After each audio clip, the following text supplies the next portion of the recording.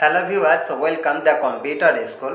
আশা করি আপনি খুবই ভালো আছেন। আজকে আলোচনা করব অনলাইনে ট্রেনের ওয়েটিং টিকিট বুক করার পর আপনি হয়তো মনে করতে পারেন যে সেই টিকিট যদি কনফার্ম বা আরএসি না হয় তাহলে সেটা অটোমেটিক রিফান্ড হয়ে যায়। অর্থাৎ দেখুন, যদি একটি পিএনআরে যদি 6টি টিকিট থাকে, সেই 6টি টিকিট যদি ওয়েটিং থেকে থাকে তাহলে সেটা অটোমেটিক রিফান্ড হয়ে যায়।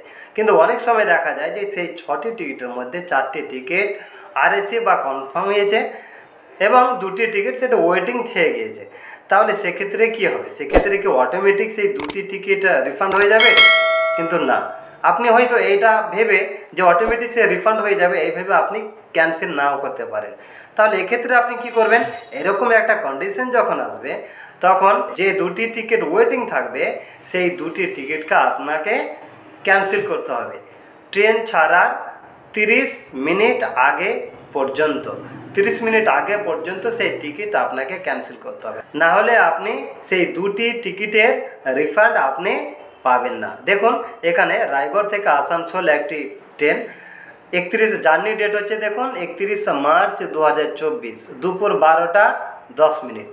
দেখুন এই যেখানে দেখুন যে 4টি টিকিট রয়েছে, 4টির মধ্যে দেখুন এখানে 4 জনের মধ্যে 3 জন কনফার্ম হয়েছে, একজন ওয়েটিং ছিল, তাই আমি ক্যান্সেল করে দিয়েছি।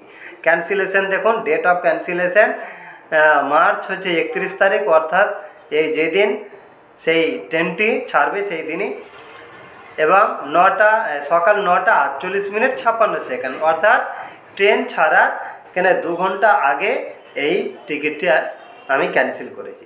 তাহলে দেখুন, আপনি হয়তো মনে করতে পারেন যে এই ওয়েটিং টিকিটটি অটোমেটিক সেটি ক্যান্সেল হয়ে যেতে পারে, কিন্তু না, কোনো সময় হবে না এবং আপনি রিফান্ডও পাবেন না আপনি যদি নিজে থেকে ক্যান্সেল না করেন।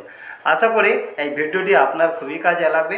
এরকম অসংখ্য টিপস পেতে আমার চ্যানেলটি সাবস্ক্রাইব করুন, লাইক, শেয়ার ও কমেন্ট করুন এবং নিয়মিত ভিডিও পেতে নোটিফিকেশান অন করুন।